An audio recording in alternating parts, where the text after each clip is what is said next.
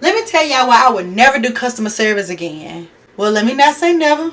Let me tell y'all one of the main reasons why I love retail. So if you know, you know. When I first started college, I had 2 jobs. I used to work at Applebee's and I used to work at Plato's Closet. Now, I did love my jobs, but Plato's Closet had me fucked up real bad.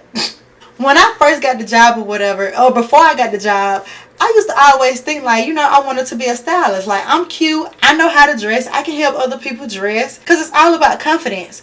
But once I got the job, I started realizing people got way too much confidence. And you can't necessarily say that to them when you're an employee for another company. I had ended up linking up with this guy who was actually a stylist down in Montgomery or whatever. And it was this girl, she was a stylist too down in Montgomery. And they had helped me get the job. So I'm thinking like, okay, this is my first step. This is what it is. I grew up watching Tyra Banks. Now, if y'all don't think Tyra Banks was being mean to them damn girls, she used to let their ass have it. No, this is not going to work. Can you do something about that? We're going to cut this out. We're going to shake this up. We're going to do this. To be on top. So I thought to be in this field, you had to be brutally honest. So I didn't pay attention to people on feelings and stuff like that around that time. But anyway, long story short, I get the job and all of the stuff. Like, I'm loving it. I'm enjoying the fuck out of it at the time. Now, mind you, we had this old white manager and she was just a bitch. She really was. Like, I don't know. As I kept getting complaints on my mouth, because don't ask me nothing. You know how you got to go to the store and it's like, let's say you go shopping somewhere and it's like, okay, I see this outfit and they got multiple sizes. If y'all know about Plato's Closet, it's not like that. You get what you get. Like, these are other people's clothes. You know what I'm saying? We're not getting this shit from another company and they not sending multiple sizes down here to us. So you can't tell me that you want this blue shirt with this white strip going down the middle and we only got it in a small and you know you wear a 2X. That was just crazy to me. It was a lot going on, and like I said, they used to always tell my manager on me, say that I was rude to them and this is and that, but I just thought this how you had to be in order to be in this field. Before we get too far in this video, make sure y'all like and comment, share this video, and subscribe to the channel. Push the goddamn button. Push the goddamn button.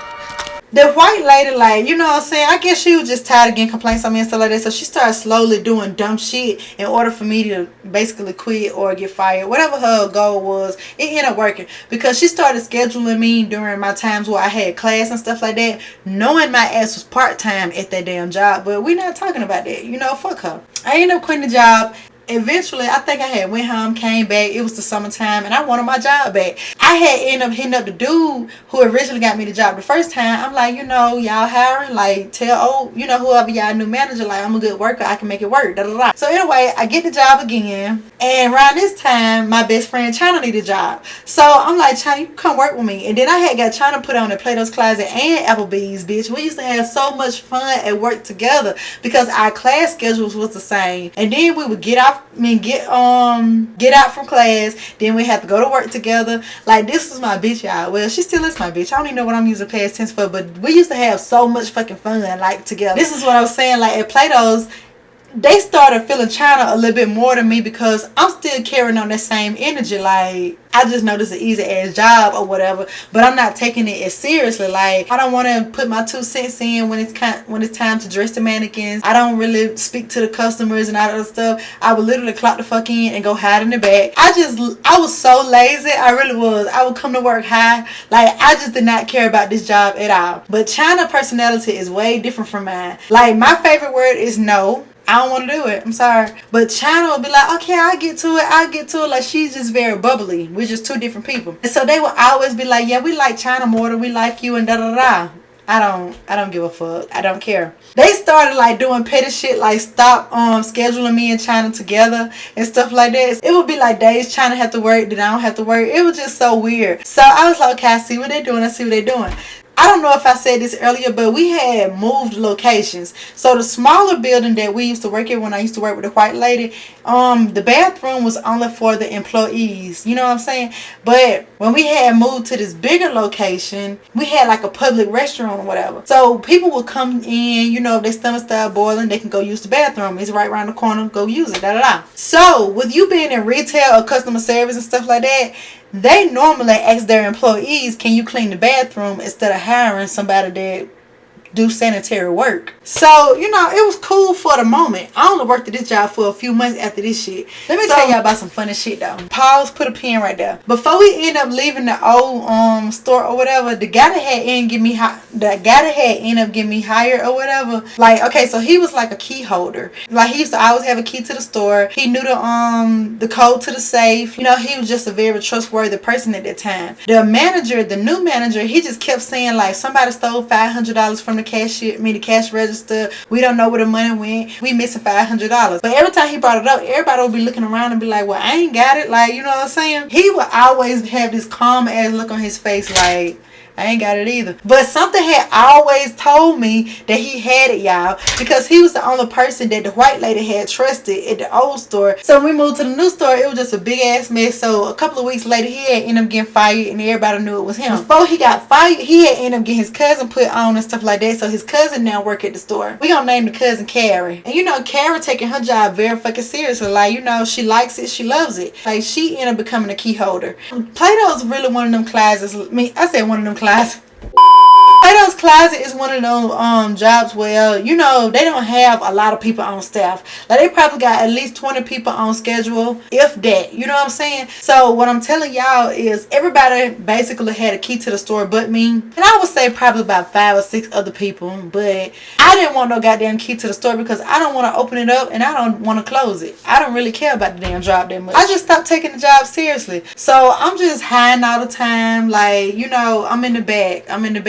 Like, I don't give a damn. But then they was like, you need to start being more upfront. So this one day, I'm up front and I'm like, you know, tagging the clothes and This one lady come in. Now, if y'all don't know about y'all know about Plato's Closet. Okay, you know you can go sell your clothes up in there. They'll give you a little dollar on it. All right. Plato's only give you like 10 to 15% on what they're going to sell it for. So if they're going to sell it for $20, you probably gonna get like $2 off it. $3 if you're lucky. This one lady came in with all this fucking shit or whatever.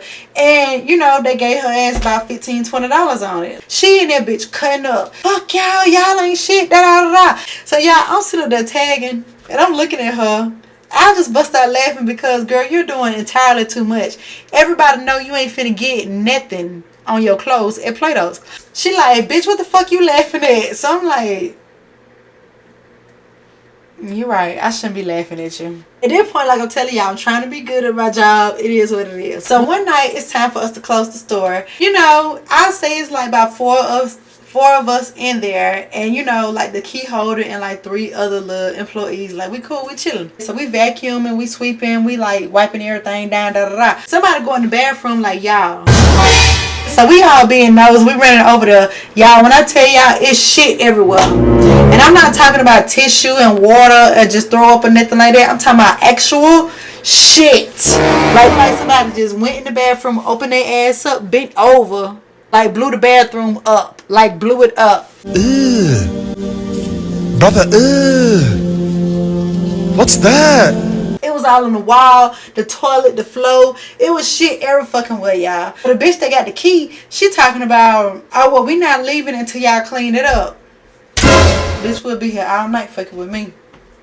I'm on my phone because I know you're not talking to me. I'm not cleaning that up. I already swept the floor. I wiped the counters and shit down. That's all y'all getting out of me. So she like, oh yeah, y'all gotta clean it up. Y'all gotta clean it up. So I'm like, no. So she like, well, I'm finna call the manager. Bitch, you can call whoever the fuck you want. I'm gonna call the police on y'all. You cannot hold me in this nasty ass store at this point. Like, I'm mad, y'all. So one of the girls ended up volunteering to clean it up or whatever. They gave her a mask and some gloves. She going there, she spraying the shit down. She spraying it down. So, you know, she cleaning it up. At this point, I think everybody got me fucked up now. But let's take it back to the guy had got his cousin hired or whatever. I think I named her Carrie. Whatever. But Carrie is now one of the assistant managers. She ended up getting a promotion and stuff. I don't know what the fuck this bitch problem was. But she was one of the main people who actually loved China over me. So she used to always whisper to the manager and all the other stuff and say little shit to him and be like, you know, we can just work with China. We don't have to deal with Keisha. We can do China, not Keisha. You know, I hear that she having a girls' night and she want everybody at work to come but me. So I'm like, China, you going? China like, I don't know. Now, let me tell y'all something about China. China, she not like this now, but I still don't know because China did not used to like to drive in college. All I had to do would be like, China, well, I'm going to drive. And she was like, well, bitch, we going.